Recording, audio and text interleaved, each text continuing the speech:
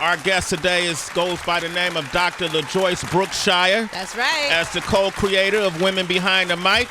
She has a great story to tell. She was a former high-power publicist to stars like Usher, Toni Braxton, Aretha Franklin, Whitney Houston, Sean Puffy Combs, Notorious B.I.G.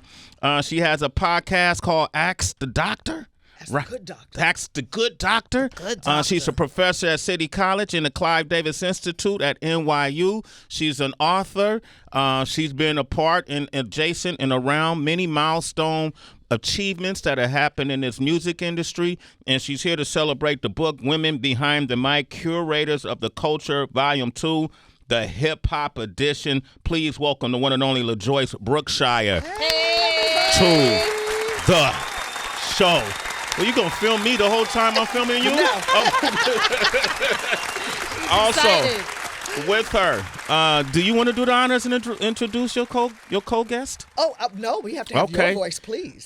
Currently on the faculty of one of my favorite schools of dance. I've often gone there to support and buy tickets to some of their amazing shows. I'm talking about the Alvin Ailey School of Dance in City College of New York, teaching hip-hop dance and culture. She has choreographed for and staged some of the biggest names in entertainment like Chris Brown, Missy Elliott, Toni Braxton, Next level. Jay-Z, Come on. Nickelodeon, Higher. U2. Kanye. I think she did something with Sesame Street, if I'm not mistaken. Please welcome the one and only Robin Dunn is here. Hey, Robin. Welcome. This next young lady is a sister of mine. We came up in the game together when I was a young lad as an MC, as an independent artist. She was a student at Mills College, and she was able to put together, coordinate a lot of important platforms, the rap symposiums and panel discussions where we had a chance to talk about the future of our culture and what would it look like to us as teenagers. And you fast forward decades in the game. She's done a slew of work. She has written album campaigns for superstars like the Miseducation of Lauryn Hill, just to name a few. Today, she's an award-winning voiceover artist, and she's the author of Handle Your Entertainment Business. She's originally from the Bay Area, Mills College stand-up. Bay Area. As a young lad, I've supported and been on many of panel discussions with her. She saw the rise of Sway and King Tech. Wow. Flynamic Force.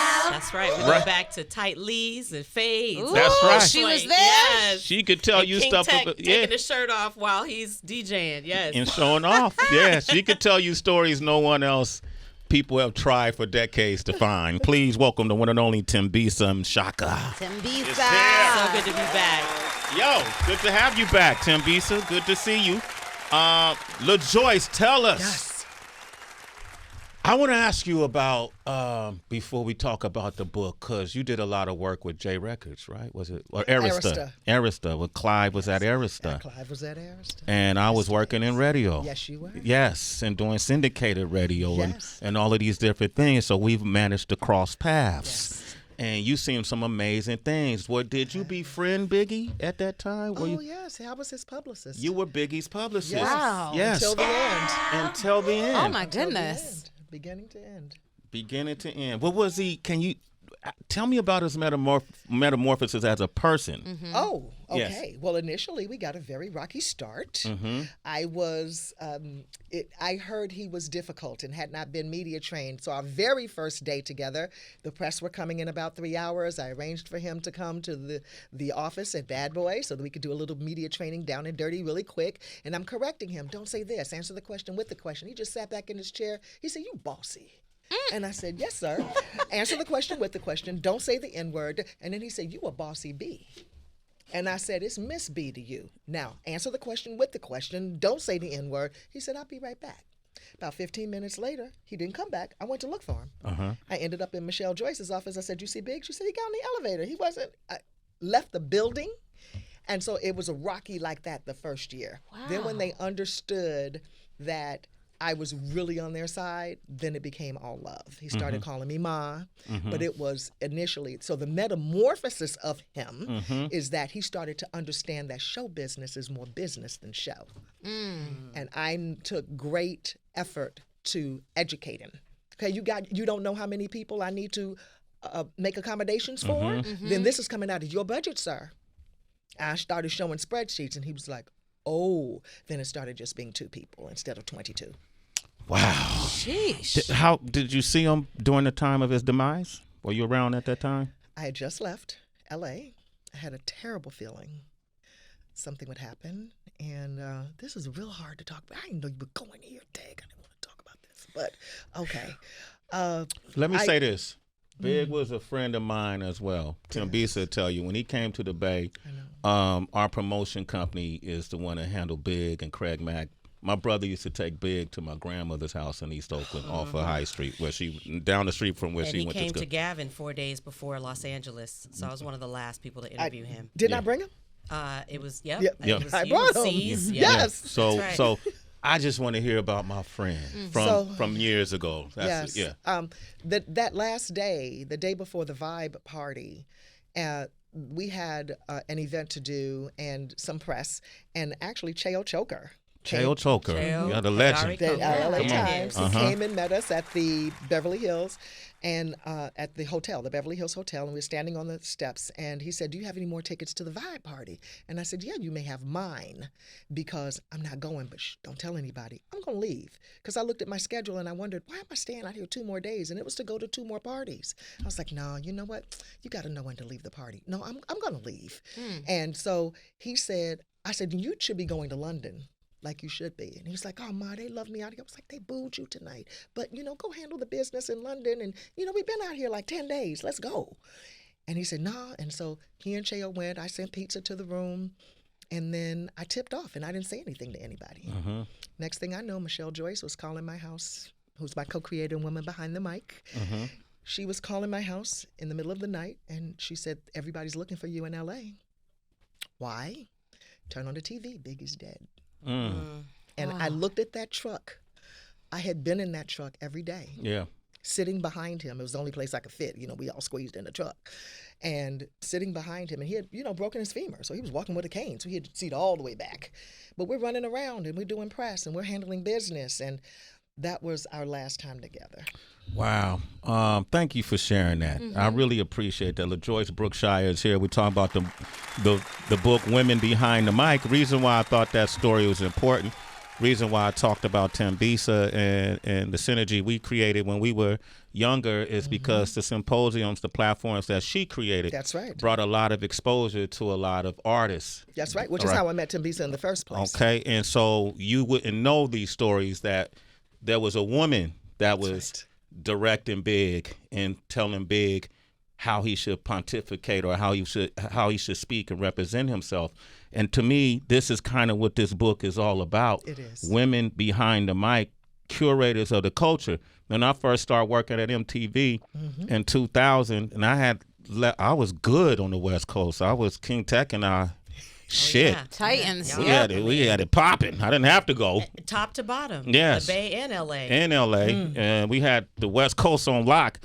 But coming to MTV put me in I was out of my comfort zone. I purposely lived on a futon at Kelly Kincaid's house because I didn't want to live in the lap of luxury like we were living in L.A. I needed the hunger, right? Wow. And Morinike F. who's changed her name. I have to learn her last name. And Elon Jade, who works for Tyler Perry, were the women who brought me in and did exactly what you did for Big. You about to do MTV News. You ever do news? Nah, man, I got it. Nah, you ain't got it, dog. That's right. Let me show you how it's done. That's right. It was women who guided me to that success. We're nurturers. The nurturers, Naturally. right? Naturally. Yeah. I would feed them, and we'd get up early for press runs, and then I say, okay, you can have a smoothie or you can have fruit until we get to have lunch. I make sure they have a big lunch, and then I purposely would not plan anything after lunch until like 3:30, 4 o'clock, and I let them pig out at lunch. But you can't have alcohol because tonight after we do the thing, and then we have the dinner tonight, now you can have the alcohol. So I was the good doctor even before I was the good doctor. Right. But then we'd get in the car in the limo, and I'd tell them, the limo driver, just drive around for 2 hours until we get to MTV and wake us up at 3:30. And it was like literally everybody rocked to sleep because now you ate lunch and you have the itis. And men don't think about that kind of thing. Nah. But a mama knows that you got up at 6 o'clock to be on the air at 6 o'clock. You got up at 5 o'clock to be on the air at 6 o'clock, and I know you're tired. The small details matter. The small details 100%. matter. Man, this is already a great conversation. I also want to mention Robin Dunn. Robin, welcome to the show. Thank you. Absolutely. Thank you for having me. I'm happy to be here. My sister Enzio Khalifa. We call her G Life. As I grew up dancing, doing West African dance. Okay. Mosswood Park in North Oakland, at Manzanita Recreation Center in East Oakland. It was something that wasn't necessarily my choice, but my sister was older, so anything she did, we had to do with her. But then we learned about the history of dance, the messaging in dance, the tradition of dance, where certain dances come from, how dance really, in my opinion, taught me a certain rhythm. And that rhythm is transferable in how you communicate verbally and otherwise, right? So my whole confidence, the way I might stand or walk in a room, really was developed through dance, right? Can you tell us your story of dance? My story of dance started way back in Queens, where I'm from, at a place called the Charlotte Pollock Dance Studio. From there, I danced and began to teach and was introduced to Mr. Bill Curtis of the Fatback Band. The Fatback Band. We just had a conversation about the Fatback Band. Stetsasonic being the first ever hip-hop band, but people thought the Fatback Band. Exactly. Right? Wow, Well, Fatback timing. was the first to produce and record and release a commercial rap record. Yeah. They never get the credit for that. And during that time, I was a background dancer, singer, performer, was in college and got my degree in business. And then when I graduated, worked behind the scenes in the office of the Fatback Band, toured with them. And then later on, things that transpired, my sisters and I created a company called Dunn Company. We were the first to bring the art form of hip-hop dance to a mainstream studio. Wow. There are many that get the credit for that as well. So these are stories that need to be told. I'm What glad year to was be that? here. Oh, Lord. Okay. I should say it. I always say in my class, it was like 1989. I still had a big behind last time that I checked. So Come on, Got a hyena up in here. Come on, gangster. So Alvin Ailey, how did that happen? And tell people who Alvin Ailey is. Alvin Ailey is a man that, and what's so wonderful right now is that they're doing a whole story, like documenting his story, and there's a documentary film out about his life. He believed that dance should be brought to the people. He was originally from the South, started his company, and also decided that he wanted a diverse company. So he was one of the first to do that. And now we have a school right on 55th Street and 9th Avenue that caters to the world. It's the most popular and important Black institution in dance as we know it.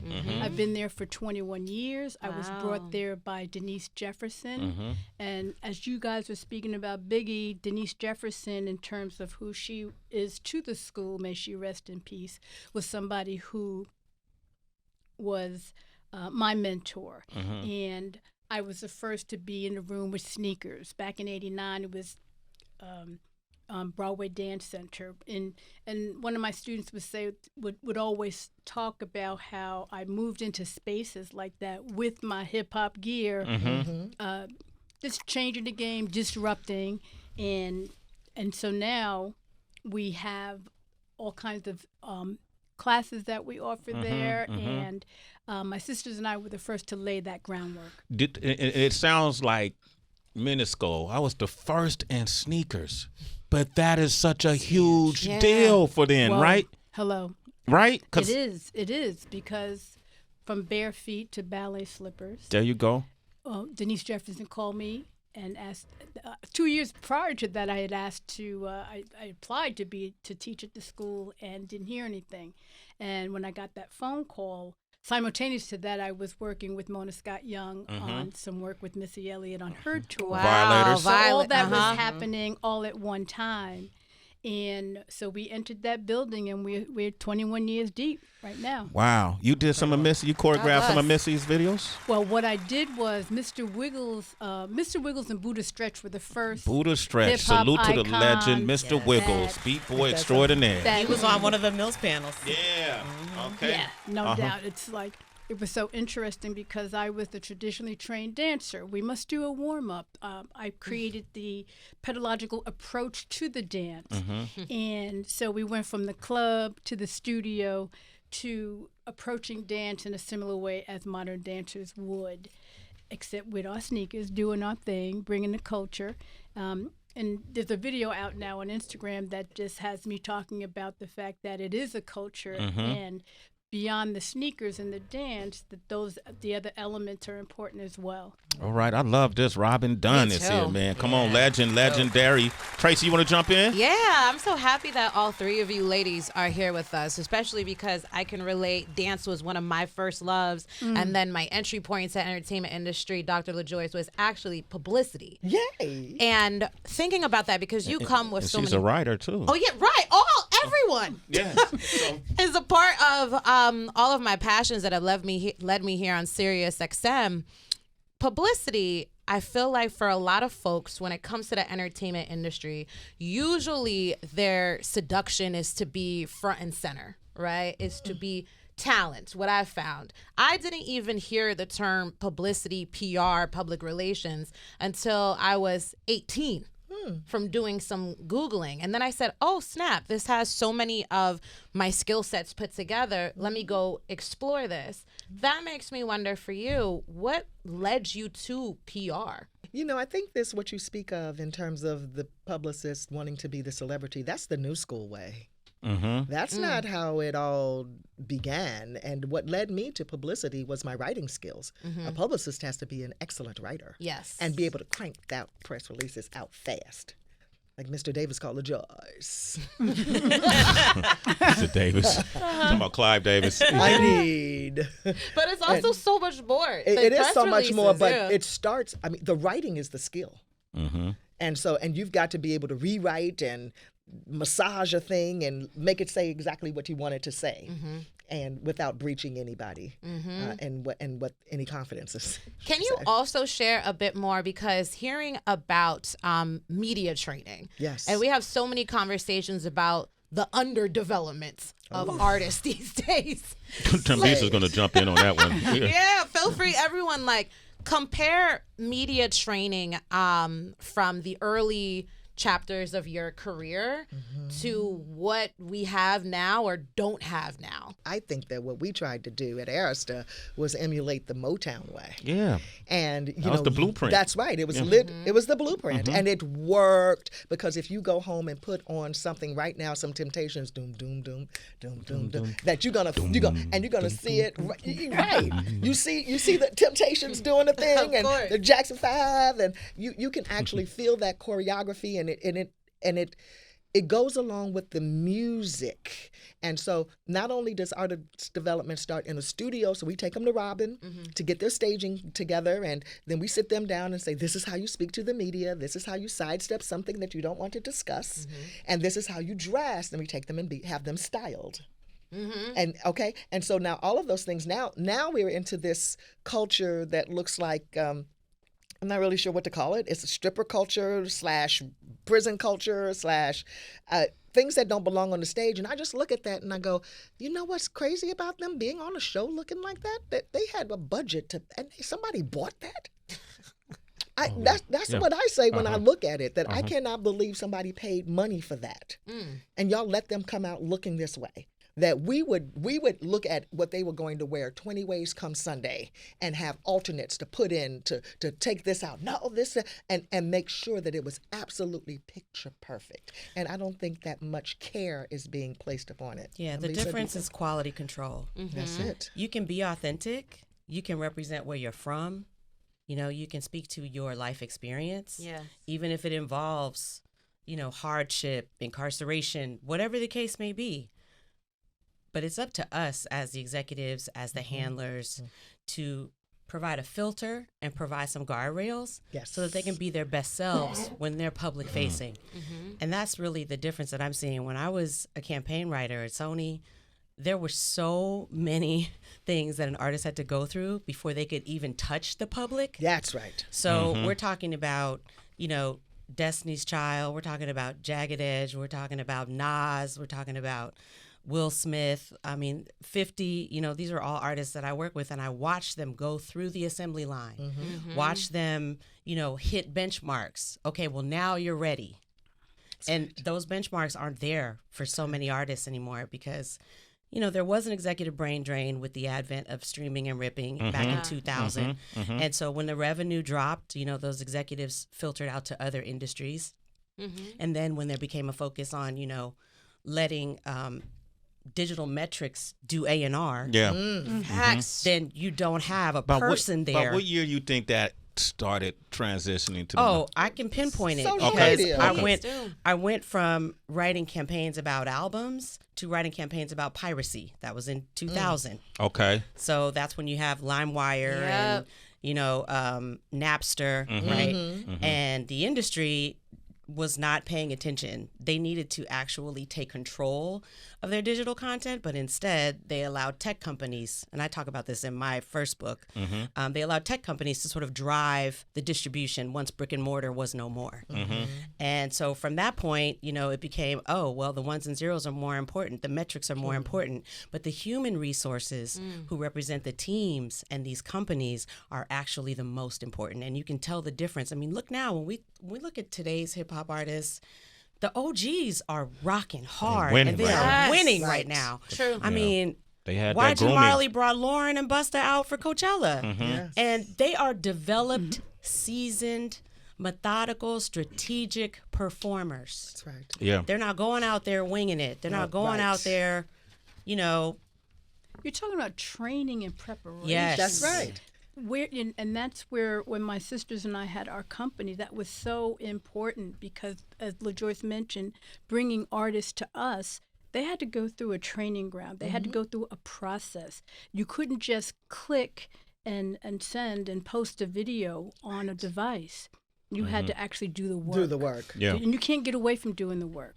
no You couldn't shortcuts doctor to it up. greatness. That's right. I'm going to come back. This is great, by the way. Give these beautiful people a round of applause. But Joyce, you've written about several books, Web of Deception, Soul Food, salute to that. Yeah. Right? Was made into a movie. You were the first to accomplish that? No, I was the first woman to novelize a major motion picture. Oh, to novelize a major motion Film to picture. book. Correct. First black woman. Okay, cool. And you wrote a memoir about living with a man with AIDS. Living with my husband. Your husband who had AIDS. And didn't know it. And did not know. You didn't or he didn't? I didn't. Sheesh. I gotta read that book. Where's that movie? Yeah, say it again. Where What's is that movie?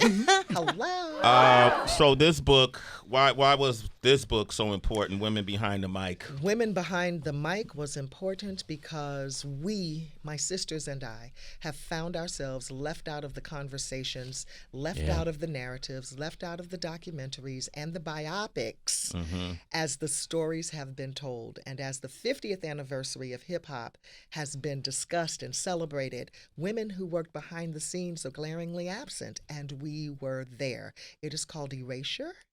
It is a problem. It is not just happening in entertainment. It is happening in every profession. It's got to stop. Throughout our culture. And yes, and not yes. In And education. in every profession, erasure is occurring, and women have a voice. And to echo the sentiments of dear Uncle Joe Madison, Joe Madison. he won't Wow. be. God bless. You about to quote Joe. That's right. We love Joe. Joe nominated me for the Radio Hall of Fame, and that's how I got Yes. inducted Yes. into There the you Radio go. Hall of Fame. Well That's Joe deserved. Madison. So well deserved. Yeah, thank you. But I love that man. He did not have to do that. That's Yes. right. Yeah. And we have been overwhelmingly underestimated, undervalued, and marginalized. And there was a time when we tolerated it to keep the position, and we stayed just a little silent. A lot of us are more vocal than others, but we stayed. But it's not okay anymore. It's not okay. It's not, because if you're going to call some of the names, please call them all. Yes, I concur, because there's never been a point in my career where I wasn't surrounded by women. Yep. There you go. And black women are foundational to hip hop. Yes. We don't get 1520 Sedgwick without Cindy Campbell. That's right. You know, she had that event. She asked her brother, Kool Herc, to spin.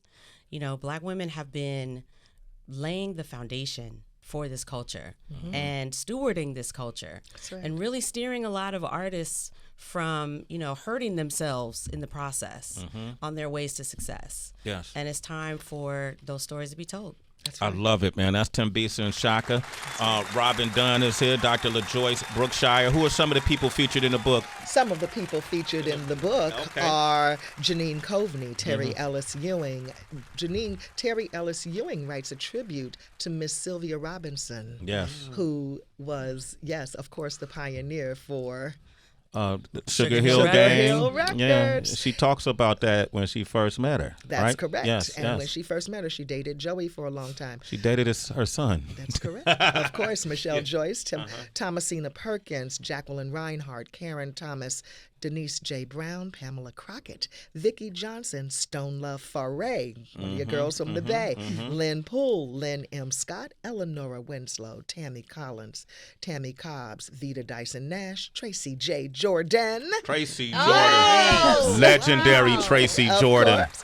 From What- MTV to Sirius XM, doing work independently. I owe her lunch. Okay. Tracy has been very instrumental in the success of this show. No, I ain't even going to limit it to this company. That's correct. Sirius XM has Yes. not been the same She tells her story. since Tracy's left. That's right.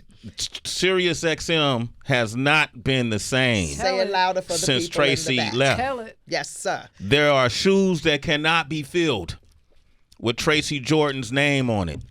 It's unfortunate that Tracy is no longer with this company. I don't think it's the best decision for the company considering what she brought. That's but right. Time and change happens. That's correct. So salute to Tracy Jordan. Salute to Tracy Jordan. Thank you for giving my sister her flowers. And then we have Sweet Tea, the MC. Sweet Tea Uh-huh. is my beat. What? All right. Audra Washington Madison. And these are the sisters who are in this book. And thank you for giving me that moment to call their names. Absolutely. So Michelle Joyce and I, who co-created this book, we did so because our sisters, we put blood, sweat, and tears into it. And there's a lot of trouble swirling around some of the artists that we work with. And you know what? It's like taking a shovel of dirt and tossing it on top of the good work that we did. But, you know, we can't control any of that. And won't, but we know that we were there and that You're what we controlling did. it now. There you go. Amen. I love it. You're managing it really well. Thank you. Okay, Dr. LeJoy Brookshire. Please give her a round of applause. I want to thank my brother, Carew Daniels. Yes. Carew always keeping me on point. I was Carew's teacher. He told me this. You used to teach Carew? I used to teach Carew. What was he Carew like? used to work with us. Carew. Damn, really, Robin? Yes, he did. I introduced him. What was your Carew story?